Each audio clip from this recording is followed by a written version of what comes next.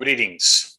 My name is Achilles Bardos, and I am the co-author of and also the publisher of the Behavior Intervention Monitoring Assessment System. We're very happy for the collaborative agreement we have with Chris and his product, the SiLAS. I think the two products combined can offer you an overall good picture of social emotional learning, from screening using the BIMAS, progress monitoring once you decide which kids will really benefit from additional interventions such as the SiLAS intervention, and then progress monitoring. The BIMAS is a 34 item behavior rating scale that can be completed by parents, teachers, and the kids themselves when they are 12 years and older or 6th grade. It is totally web-based, but there are paper forms to use when needed. The language that is being delivered to the parents is both in English and in Spanish, and more languages are coming up sometime this coming fall of 2021. Again, as I said, we're very happy about the collaborative agreement we have with SiLAS, and what I will do next is I will offer you a very brief orientation and introduction to the BIMAS. If this is a product, and I hope it is, that you might be interested, I will be more than happy to connect again through Chris and set up a 1-hour webinar where I can show you all the bells and whistles of the BIMAS platform. One thing that you should keep in mind, another feature, is that it goes all the way from preschool to 12th grade. And also, it is probably the one and only product out there that offers you a dual view of students' social emotional skills and also behaviors. So you can, once the data are completed, you can see this from a dual perspective. Thank you, and please watch the few more minutes of the introduction to the BIMAS platform. Thank you. Greetings and welcome to the BIMAS 2 platform, the Behavior Intervention Monitoring Assessment System. My name is Achilles Bardos. I'm a professor of school psychology at the University of Northern Colorado, a co-author of the BIMAS product. In this brief video, I will provide you a demonstration of some of the key features of the platform. For a more detailed presentation of all the functions I will be presenting, you can visit www.webacademy.us for discussion, demonstration of videos, and so forth. Let's go back to the platform. I have just entered the BIMAS platform.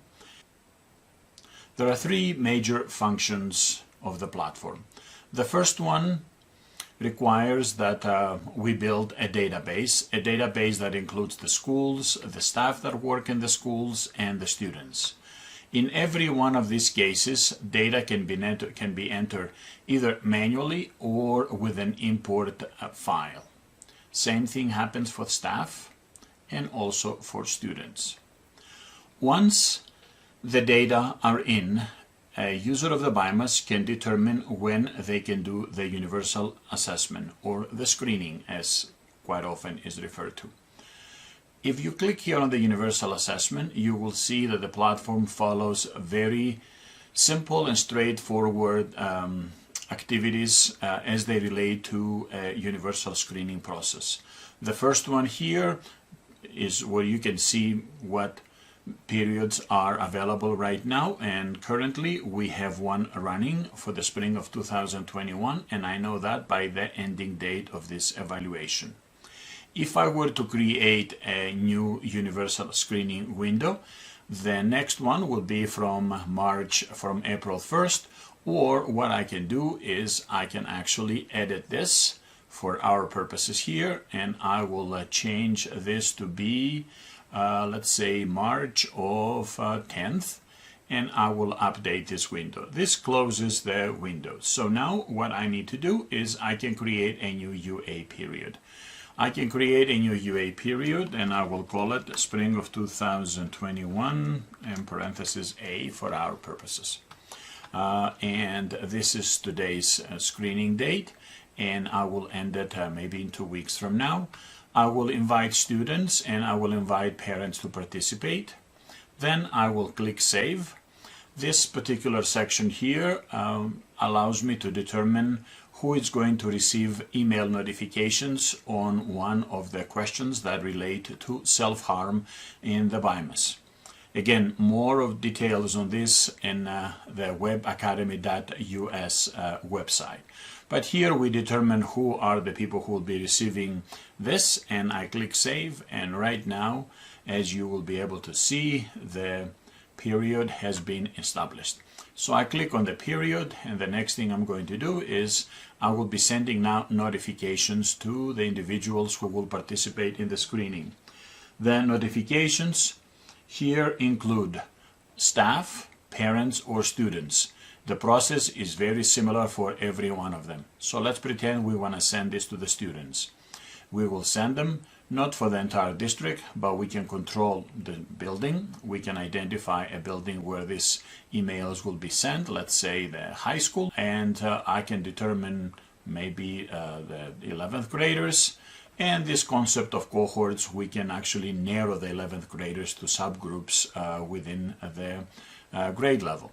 Then we press Send Emails, and the platform actually takes over and sends emails to the students in their school email address with a link.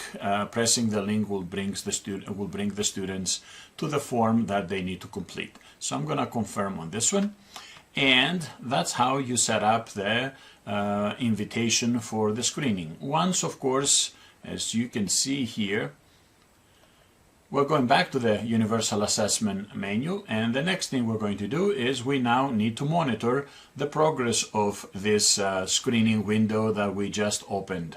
So clicking on the UA status, it will allow you to see the number of students that we have per building, and of course the progress. Here, of course, it says 0 because we just created.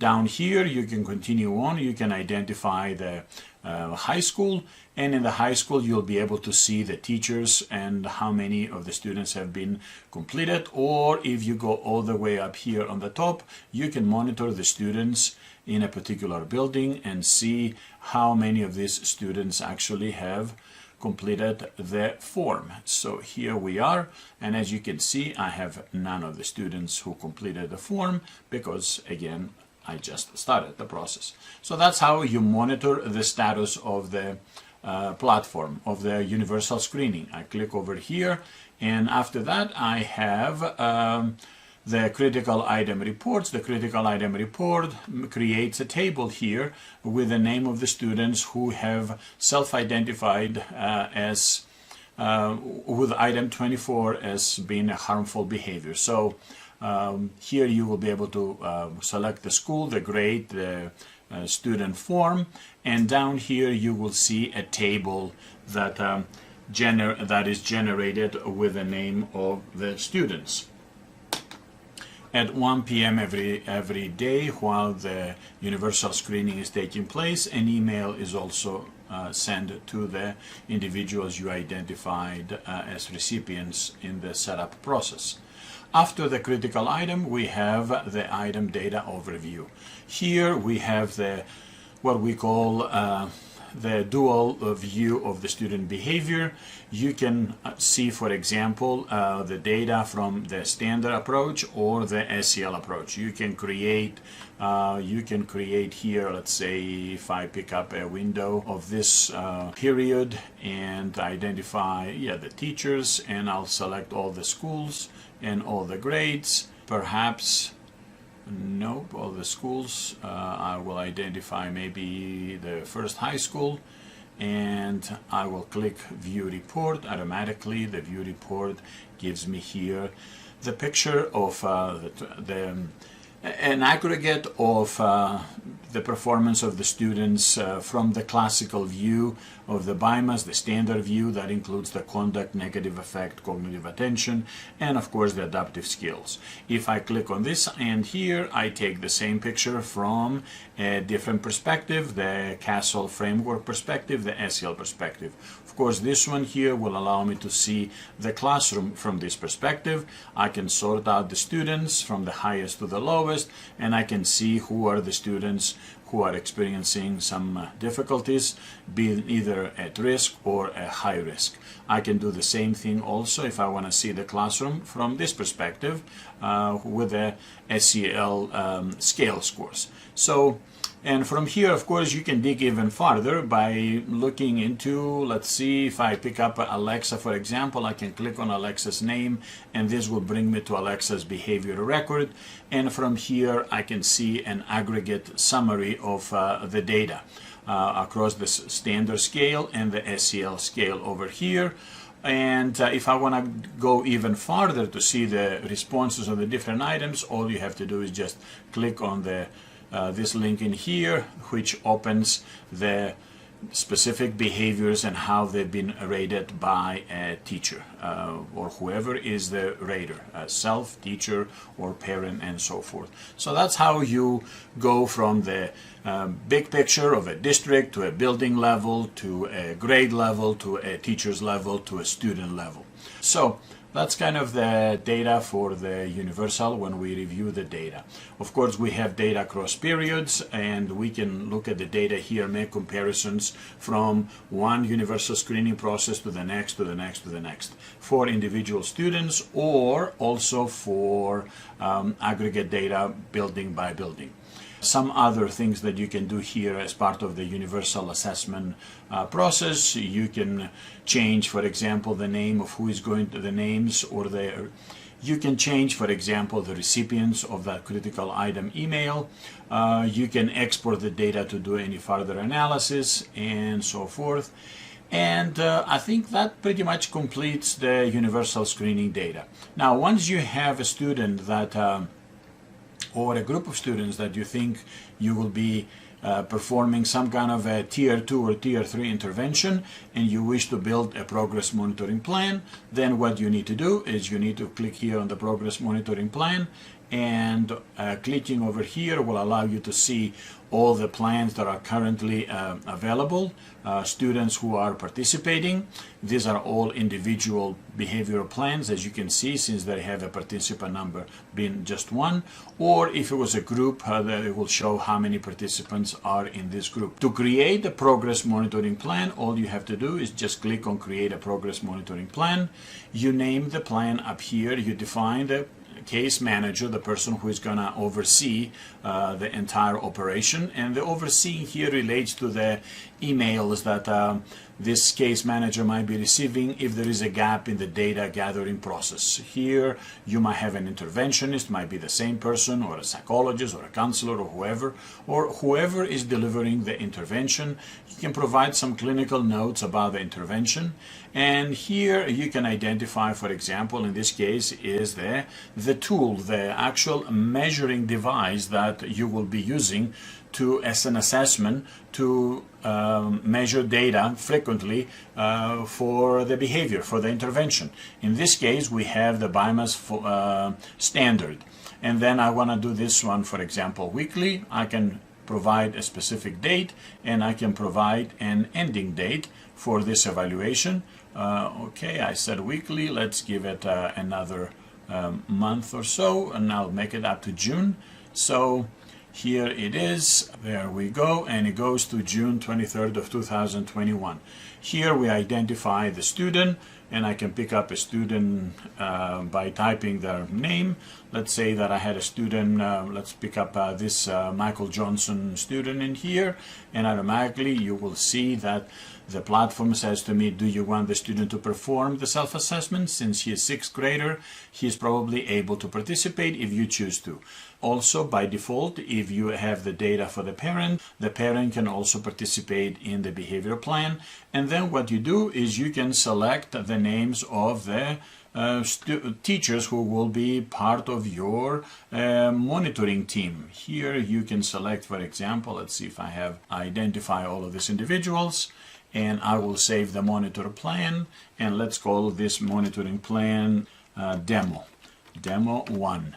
Of course you will be giving a more reasonable name, but for the demo here that might be good enough. I click the save monitoring plan, and now when I go back into the active, it says here is my demo plan. I open it, and in the demo plan now I see that already Sharon Cooper and Tasha Brown have received already a notification. Probably I don't have an email for Jack Bardon, which is the reason why there are no really check marks or tablets here for data.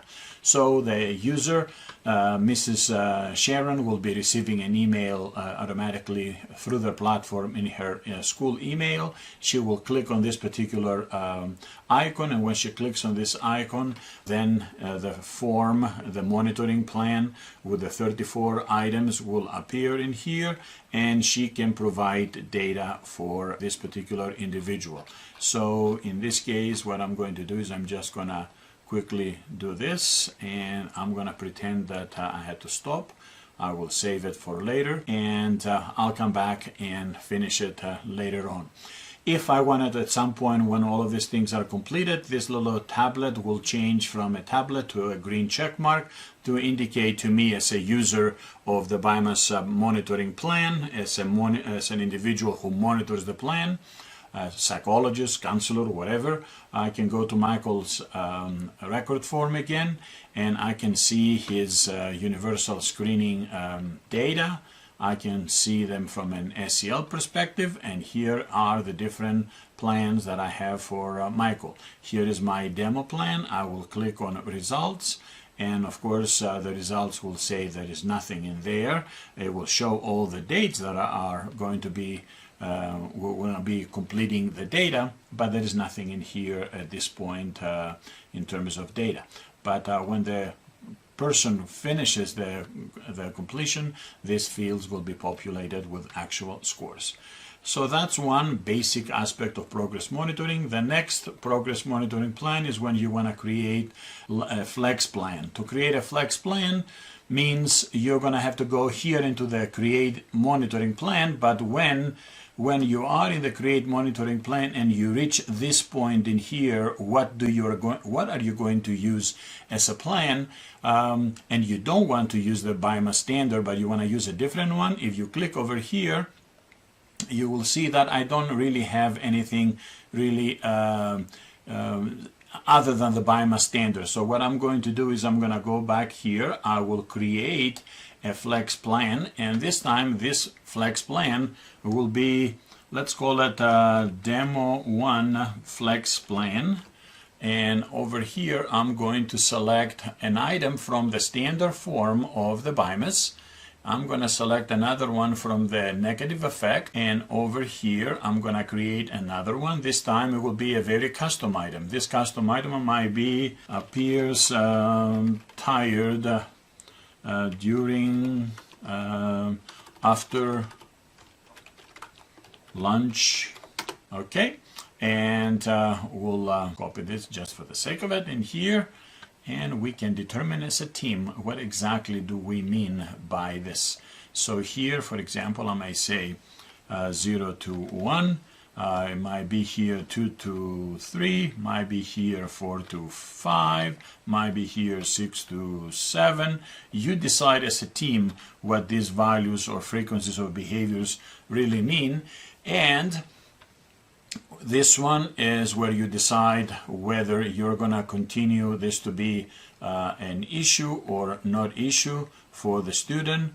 Maybe this is something that the team decides. So I'm going to save this custom flex plan, and now I have it in my library of custom flex plans. So when I go now to create a progress monitoring plan for this particular student, I can click on the progress monitoring plan, and instead of just having the BIMAS standard, now I can actually import my flex item to be my flex plan that I have created for this particular item. I save the monitoring plan, and the platform takes over from here and monitors the performance of a student.